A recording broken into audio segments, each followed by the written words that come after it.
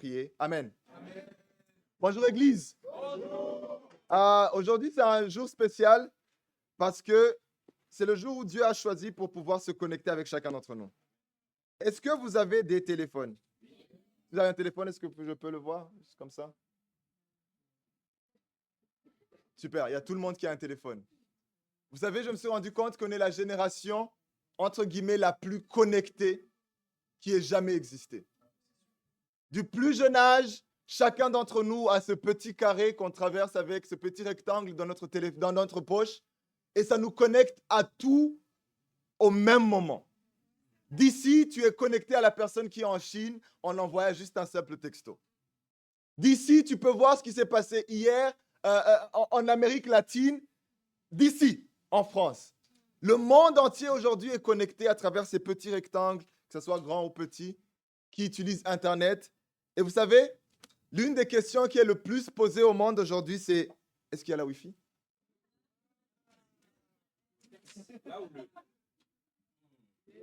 C'est le Wi-Fi? Vous pouvez me dire, hein, c'est le Wi-Fi? La Wi-Fi? La Wi-Fi, ok, donc c'était la Wi-Fi alors. Bref, est-ce qu'il y a la Wi-Fi? Parce que l'humain veut être connecté. L'humain, c'est le Wi-Fi? Bref, la connexion. Aujourd'hui, on ne peut même pas s'imaginer un jour entier sans Internet. Vous imaginez, blackout d'Internet, c'est apocalypse pour certains. C'est en mode, le monde ne fonctionne plus. Les trains s'arrêteraient, certains ne pourraient pas travailler, l'argent ne pourrait pas être accessible. Le simple fait d'être déconnecté pourrait arrêter la vie de tout le monde. Et vous savez, c'est la même chose spirituellement. On est des êtres qui ont été créés pour être connectés. Connectés à une source. Et il y a différentes manières de se connecter. Il y a des sources dans lesquelles tu te connectes et jour après jour, au lieu de prendre, au lieu de grandir, tu te dépenses, tu scrolles et à la fin, tu te sens plus vide que tu ne l'étais quand tu es rentré. Mais il y a une source, la vraie source, sur laquelle quand tu es connecté, jour après jour, tu es nourri. Quand tu es connecté, moment après moment, tu grandis. Quand tu es connecté, là où il n'y avait pas de couleur, là où tout était devenu noir et blanc, tu commences à voir en haute définition. Cette source-là, c'est la source dont on va parler aujourd'hui. La vraie source de vie. La Bible dit en Jean chapitre 10, le verset 10. Jean 10, 10. La Bible dit, le voleur ne vient que pour voler, égorger et détruire. Moi, je suis venu afin que les brebis aient la vie et que l'ait en abondance. Il y a une connexion qui est là et qui a le but de voler, de détruire et d'anéantir. Mais il y a une autre connexion qui est là pour te donner la vie et la vie en abondance. La connexion qui te donne la vie en abondance est nulle autre que Jésus. Et aujourd'hui, le seul message que j'ai pour vous, la seule raison pour laquelle je suis ici pendant les prochaines peut-être 30 minutes, c'est pour vous supplier et vous défier à vous connecter à la vraie source de vie.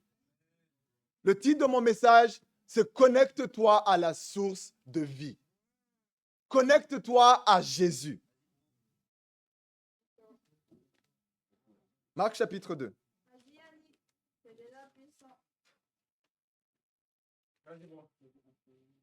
Vous savez, on ne se connecte plus sur le 3G et le 4G parce que le 5G est arrivé. Et quand le 5G est arrivé, qu'est-ce qui nous a permis de faire? C'est d'avoir une connexion plus rapide, des vidéos qui sont plus fluides, le son qui parle de manière où on entend tous les détails. Quelque chose que demandait beaucoup de temps avec la 3G se passe dans 1 seconde avec la 5G. Et il y a aussi différents niveaux de connexion avec Jésus. Il y a une connexion avec Jésus qui peut être en feu, la 5G, 6G, 10G. Il y a une connexion avec Jésus qui peut être tiède, timide, où on est là, On entend et on ne veut pas participer. On est là, on entend, et au lieu d'embrasser le message et laisser le message aller là où il doit aller, on coupe la connexion avec nos pensées, on coupe la connexion avec nos négativités. On laisse les circonstances autour de nous parce que la personne à côté de moi n'a pas dit Amen. Du coup, moi, je ne vais pas dire Amen. Parce que la personne qui chante n'a pas la voix que je voulais entendre. Ok, je ne vais pas chanter avec lui. Parce que le prédicateur n'a pas le style de prédication que je veux. Ok, je ne vais pas forcément dire ok, prêche, bro. Et c'est ok. Parce que peu importe là où tu en es, Jésus est présent dans cette salle. Et Jésus veut connecter avec toi ce matin. Et ma prière, c'est que tu puisses avoir le cœur ouvert. Et pas connecté à 3G, genre tiède. Pas connecté à 4G, genre j'entends mais je ne réponds pas. Mais connecté à la plus haute fréquence qui existe. Et être zélé pour ton Jésus. La Bible dit en Marc chapitre 2, le verset 1. Quelques jours après, Jésus revint à Capernaum. On apprit qu'il était à la maison. Et un si grand nombre de personnes se rassemblèrent qu'il n'y avait plus de place, même pas devant la porte, et il leur annonçait la parole. Ça ressemble à cette salle ce matin. Il n'y a absolument même plus de place. Même devant la porte, les gens se bousculent pour entendre la parole de Dieu. On vint lui amener un paralysé porté par 4 hommes. Comme ils ne pouvaient pas l'aborder à cause de la foule, ils découvrirent le toit au-dessus de l'endroit où il se tenait et descendirent par cette ouverture le brancard sur lequel le paralysé était couché. Voyant leur foi, Jésus dit au paralysé, mon enfant, tes péchés sont pardonnés. Il y avait là quelques spécialistes de la loi qui étaient assis et qui se disaient en eux-mêmes, pourquoi cet homme ne parle-t-il ainsi? Il blasphème. Qui peut pardonner les péchés si ce n'est Dieu seul? Jésus sut aussitôt dans son esprit qu'ils raisonnaient ainsi en eux-mêmes et leur dit, pourquoi raisonnez-vous ainsi dans vos cœurs? Qu'est-ce qui est le plus facile à dire au paralysé? Tes péchés sont pardonnés? Ou lève-toi, prends ton brancard et marche. Afin que vous sachiez que le Fils de l'homme a sur terre le pouvoir de pardonner les péchés, je te l'ordonne, dit-il au paralysé. Lève-toi, prends ton brancard et retourne chez toi. C'est une histoire exceptionnelle. C'est le genre d'histoire que tu lis dans la Bible et tu as envie de regarder tous les détails qu'il y a. Moi, je lis cette histoire, je vois plein de choses. Je vois en premier temps que Jésus était quelqu'un qui parlait et qui pouvait connecter à chaque personne. Tellement que tout le monde pouvait entendre quelque chose de sa bouche. C'est ce qui faisait que là où Jésus était, tout le monde venait. C'est-à-dire que la parole de Dieu, ce n'est pas une parole réservée à une seule type de personne. C'est une parole qui peut parler à des masses. C'est une parole qui peut parler à des foules. C'est une parole qui peut changer cette génération. Jésus est en train de prêcher et la salle dans laquelle il est trop petite. Parce que la parole de Dieu ne peut pas être contenue dans une salle. On est dans une salle comme celle-ci et il y a une autre église à Colombe qui est en train de se réunir dans une petite maison. Mais c'est le moment pour nous de passer à un autre niveau. Amen. C'est le moment pour nous d'aller dans des salles beaucoup plus grandes. C'est le moment pour nous de se laisser utiliser par Dieu pour impacter cette génération aujourd'hui. Et si on voit quelqu'un, un groupe de personnes qui ont besoin que leur ami rencontre Jésus. Et ce groupe de personnes ne recule devant rien. Ils arrivent à l'entrée, on leur dit non, c'est rempli. Ils veulent rentrer dans le théâtre, non, tous les tickets sont vendus. Ils veulent rencontrer ce Jésus. Et il n'y a pas accès. Et là où beaucoup peuvent dire, ouais, ben, c'est rempli. On rentre, on va retenter demain. Là où beaucoup peuvent dire, c'est trop compliqué. Là où beaucoup peuvent dire, c'est pas pour moi. Là où beaucoup peuvent dire, je laisse ma place à quelqu'un d'autre. Eux se sont battus juste parce qu'ils voulaient être connectés. La Bible nous dit qu'ils ont découvert qu'en haut, il y avait moyen. Comment ils ont fait? Je ne sais pas. Parce qu'ils étaient loin. Ils ne pouvaient pas accéder à la maison. Mais ils se sont dit non, on va tout faire pour aller jusqu'à Jésus. Ça, c'est le cœur d'un disciple. On doit tout faire pour être connecté à Jésus. Ce n'est pas seulement le matin quand on se réveille, on se sent bien qu'on peut connecter à Jésus. Ce n'est pas seulement le jour où il y a le soleil où on se dit on va connecter à Jésus. Ce n'est pas seulement quand nos émotions sont en accord, on va se dire on va connecter à Jésus. La chose où on dit, OK, je ne me sens pas proche de Jésus n'existe pas. Jésus est disponible. C'est à toi de faire le pas jusqu'à lui.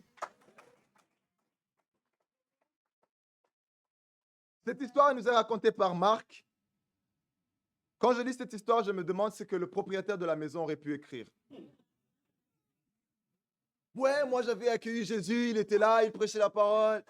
Et il y avait beaucoup de personnes et c'était super parce que, ouais, ça se passait chez moi.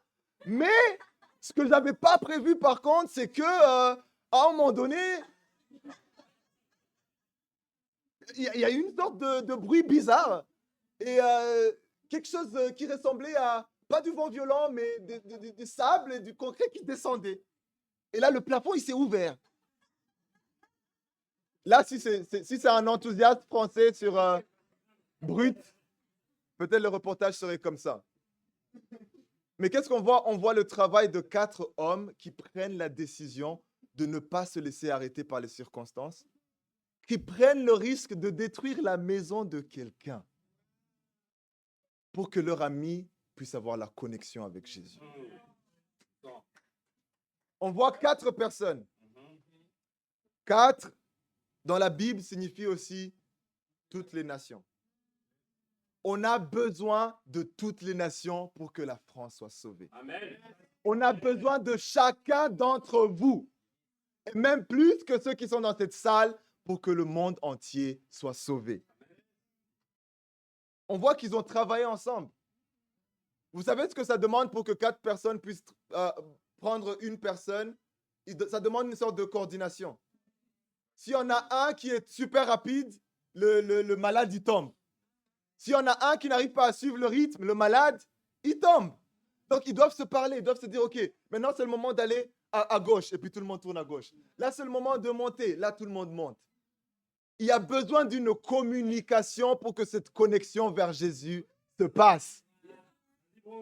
Et c'est la même chose pour chacun d'entre nous. On a besoin de communiquer les uns avec les autres pour qu'on puisse arriver à sauver cette nation.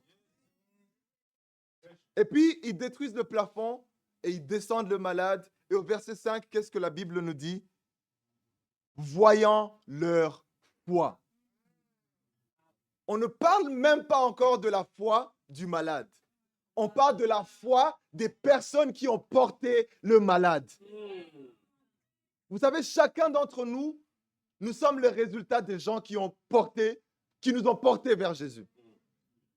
Aujourd'hui, il y a Will qui vient être baptisé. Mais Will, c'est le fruit de beaucoup de personnes qui l'ont porté jusqu'à Jésus. Will, moi, j'ai eu des conversations avec lui au début, genre en janvier. Et il était là et sa connexion, c'était 3G. Et il y avait le prédicateur et lui regardait les highlights de la NBA. On se connaît, on est amis, donc je peux parler de lui. Mais regardons ce qui se passe. Auriel a dû être baptisé. Auriel, pour vous donner le contexte, n'habite pas sur Paris. N'habite pas en Île-de-France. Auriel habite à Lille. Donc, pendant des mois, Auriel a dû prendre le bus chaque dimanche. Quand Will raconte l'histoire, il la raconte bien. Il dit, OK, Auriel me rappelle, il me dit, ouais, demain, je vais aller à l'église. Et est-ce que tu veux venir? Lui, il dit, ben, OK. Donc, c'est où? C'est à Paris. Ah? OK, ça commence à quelle heure? À 10h. Ah? OK, on doit partir à quelle heure? À 6h. Ah? Et du coup, lui devait se réveiller bien plus tôt, avoir son moment avec Dieu. C'est un bon disciple, Auriel. Et se pointer devant la porte de Will pour que Will descende et qu'ensemble, ils prennent le bus. Ils viennent jusqu'à Paris dimanche après dimanche après dimanche après dimanche. Ça, c'est la foi d'un ami qui veut porter son ami jusqu'à Jésus. Et c'est pour ça qu'il est béni. À sa droite, il a Will qui va être baptisé aujourd'hui. À sa gauche, il a sa petite sœur qui est en train d'étudier la Bible qui aussi va être baptisée. Et c'est le moment pour chacun d'entre nous d'imiter la foi de Auriel. C'est le moment pour chacun d'entre nous de rejoindre l'équipe, d'activer notre connexion, pas seulement pour nous, mais pour des milliers des âmes qui sont derrière nous. Vous savez, parfois on peut se dire, ouais, mais moi, je ne suis pas utile. Les autres vont le faire. Moi, je ne suis pas utile. Il y a Yannick qui prêche tous les dimanches, ça va. Et puis, il y a Brandon, il va prêcher la collecte. Et puis, il y a un tel. Moi, ça va. Moi, peut-être, je peux ne pas venir le dimanche et ça va aller. Moi, peut-être, je peux ne pas aller dans l'étude et ça va aller. Ils vont quand même prêcher la parole. Et vous savez, je me suis redécouvert une nouvelle passion, le football. Moi, jeune, je ne regardais absolument pas le football. C'était un truc pour les darons, pour les gens. C'était pas pour moi. Je ne comprenais pas le concept de 11 personnes qui courent derrière un ballon, 22 qui courent derrière un ballon pour gagner de l'argent. Je ne comprenais absolument pas. Après, j'ai découvert le PSG.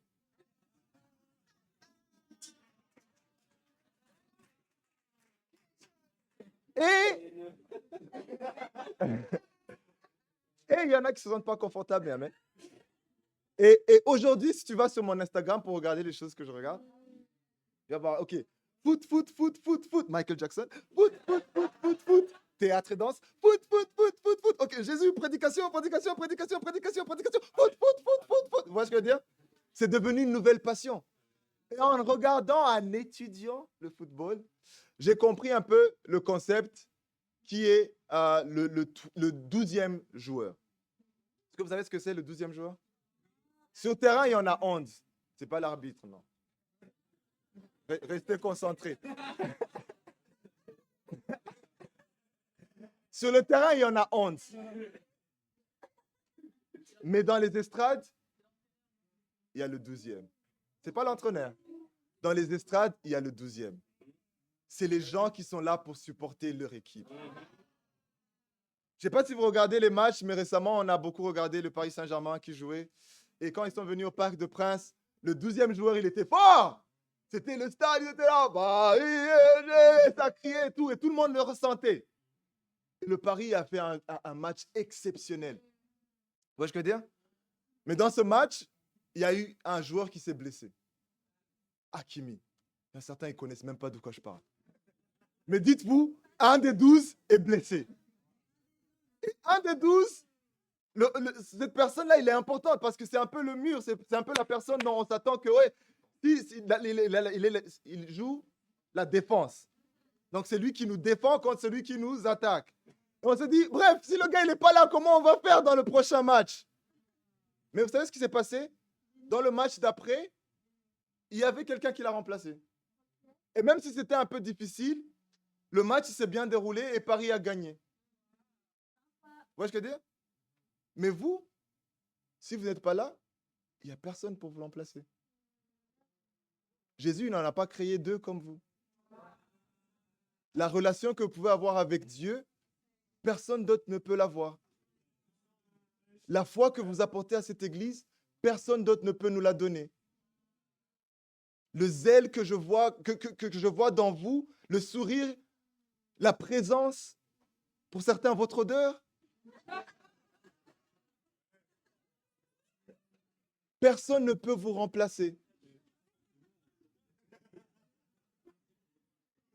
Ce que j'ai envie de vous dire, c'est quoi? On n'est pas la même église sans vous. Ce que j'ai envie de vous dire, c'est que de la même manière que vous ne pouvez pas imaginer un culte où, je ne sais pas, Kevin n'est pas là, Ewen n'est pas là, Yannick n'est pas là, on ne peut pas imaginer un dimanche où vous n'êtes pas là. On ne peut pas imaginer notre discussion sans vous. Dieu compte sur vous. Chacun d'entre vous est essentiel, important. Je vous supplie, ne vous prenez pas pour quelqu'un de remplaçable. Ne vous donnez pas le luxe de nous abandonner. Si on se réveille et que tu n'as pas ton nez, c'est bizarre. De la même manière, si je suis là au dimanche et que tu n'es pas là, Aurélie, c'est bizarre. On a besoin de vous. S'il vous plaît, prenez la décision d'activer votre connexion et d'être présent parce que cette équipe a besoin de vous.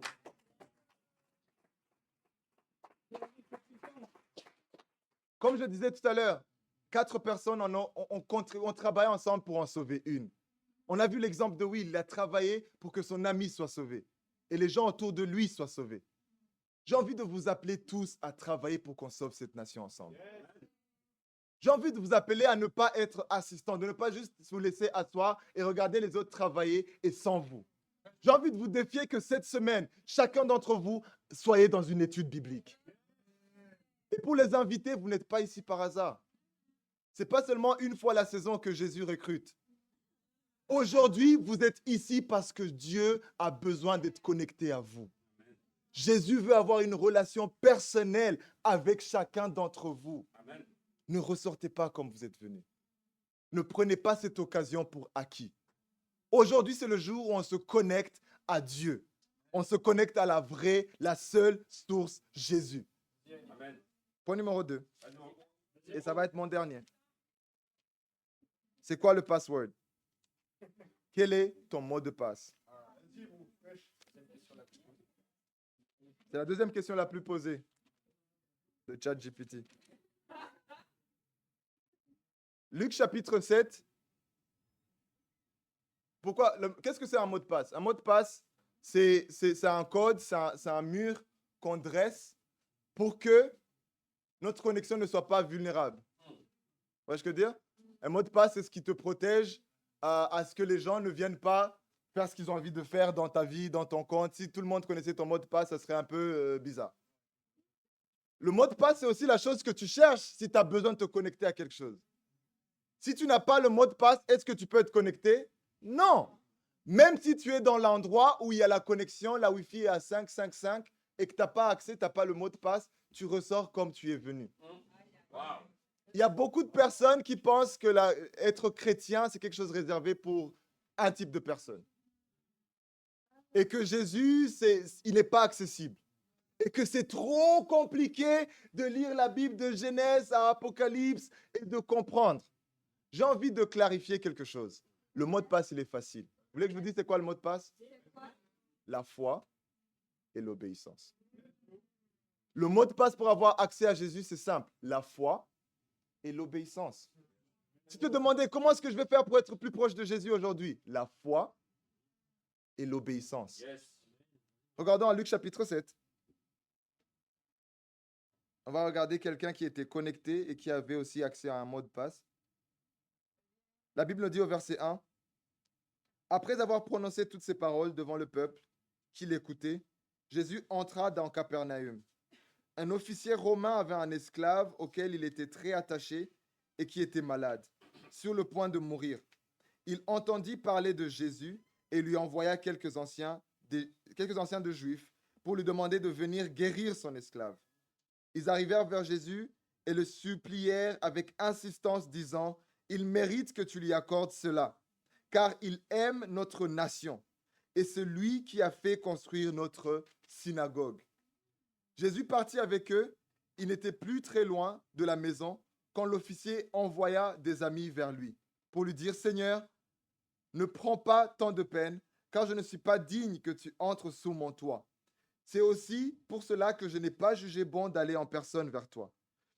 Mais dis un mot et mon serviteur sera guéri. En effet, moi aussi je suis un homme soumis à des supérieurs et j'ai des soldats sous mes ordres. Je dis à l'un, pars, et il part, à un autre, viens, et il vient. Et à mon esclave, fais ceci, et il le fait. » Lorsque Jésus entendit ces paroles, il admira l'officier en se tournant vers la foule qui lui suivait et dit, « Je vous le dis, même en Israël, je n'ai pas trouvé une aussi grande foi. » On voit l'histoire d'un centurion romain. Quelqu'un qui n'est pas juif, quelqu'un qui de base n'a même pas accès à cette culture, on appelle ça une culture, cette religion, cette connexion avec Dieu de base. Donc de base, c'est quelqu'un de loin. Mais on le voit se rapprocher. Et on voit prendre un pas et utiliser toute sa connexion, pas pour lui, mais pour son serviteur. On le voit présenté devant Jésus par des gens qui l'avaient aidé avant. Qu'est-ce qu'on voit ici? C'était quelqu'un qui n'utilisait pas son pouvoir pour lui-même. C'était quelqu'un qui utilisait son pouvoir au service des autres. Vous voyez ce que je veux dire ou pas? La Bible nous dit qu'il avait construit des synagogues. Vous savez ce que c'est les synagogues? C'est des endroits où les gens allaient, dans l'Ancien Testament, pour aller étudier la Bible, pour aller te connecter à Dieu. Donc, il a utilisé son influence pour créer des espaces où d'autres personnes allaient venir être connectées à Dieu. Donc, le but de venir à l'église, le but d'avoir une relation avec Dieu, le but d'être amoureux de Dieu et de continuer à progresser dans sa relation, certes, d'abord, c'est pour nous. Ça doit commencer par ça. D'abord, c'est pour nous, mais on est appelé à ouvrir les portes pour d'autres personnes. J'allais parler de lui, mais même avant que je commence à parler de lui, son exemple a commencé à parler. Samuel.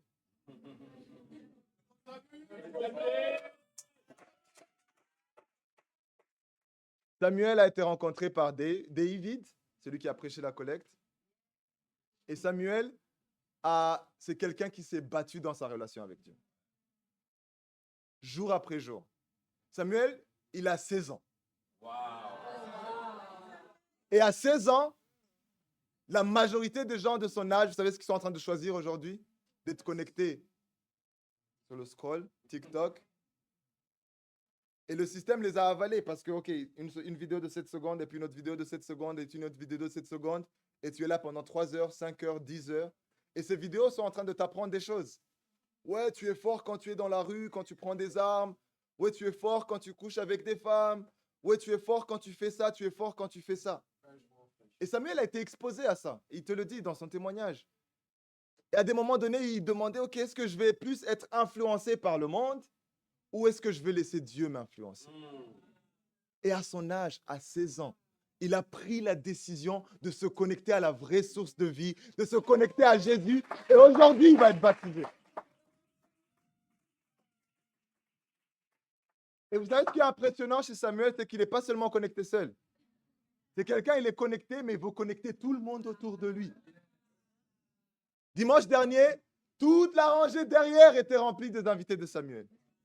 Ah, il y a mon frère qui est là. Ah, il y a mon ami qui est là. Ah, il y a mon petit frère qui est là. Il y a ma maman qui est là. Il y a mon ami de la MMA qui est là. Il y a mon ami de l'autre côté de la ville qui est là. Samuel, c'est quelqu'un qui veut que tout le monde autour de lui ait accès à ce que lui, il a trouvé de précieux. Tu es impressionnant, frère. Yes, yes. J'ai hâte de voir tout ce que Dieu va faire à travers ta vie. Et je t'aime. Et quand on regarde le centurion romain, il a fait la même chose. Il a utilisé ses ressources pour créer la connexion entre Dieu et d'autres personnes. Et c'est ces personnes-là qui sont allées vers Jésus pour lui. Vous voyez ce que je veux dire? À un moment donné, si on est disciple, qu'on n'est pas en train de tout faire pour ramener toutes les autres personnes à Dieu, on n'a pas compris la grâce que c'est d'être connecté à Jésus.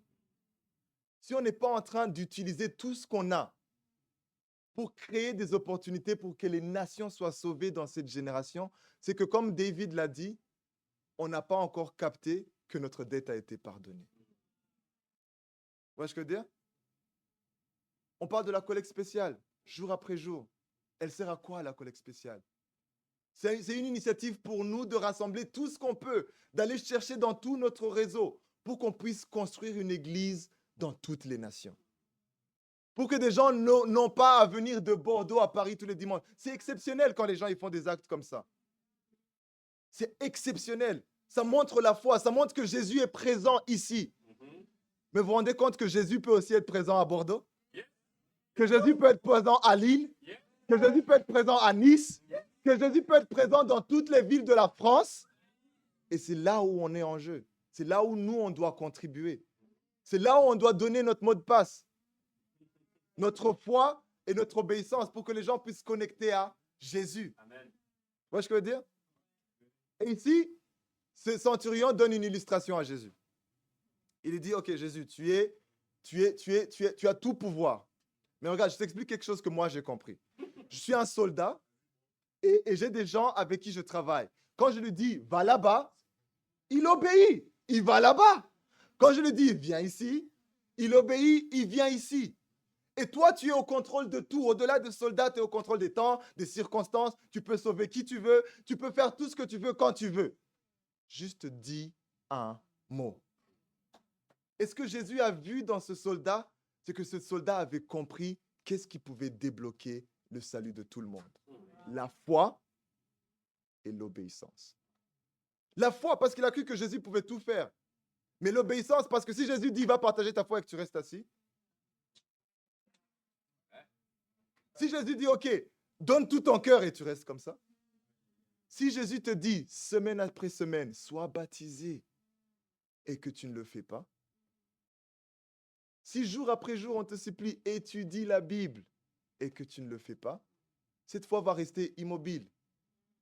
Donc le mot de passe, ce n'est pas un secret, ce n'est pas qu'on ne peut pas retenir. C'est simple. La foi et l'obéissance. Église, je vais vous défier ce matin. On parle d'être connecté à une source qui est infinie. On parle d'une connexion, une seule, qui peut transformer notre vie et la vie des gens autour de nous.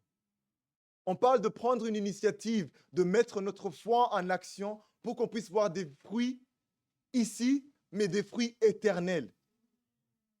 Aujourd'hui, on est à 143 disciples à Paris.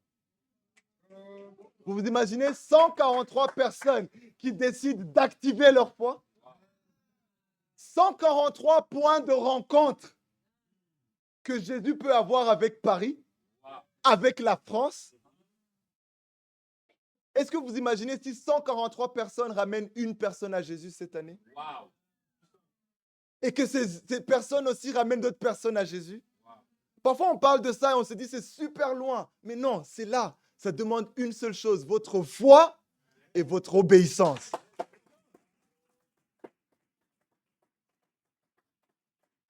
Donc, le défi, il est simple. Je vais d'abord parler à tous les invités. Toutes personnes qui sont venues ici pour la première fois. Vous n'êtes pas venus voir un spectacle.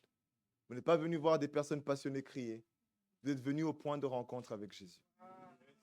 Et aujourd'hui, Jésus veut vous parler personnellement à vous.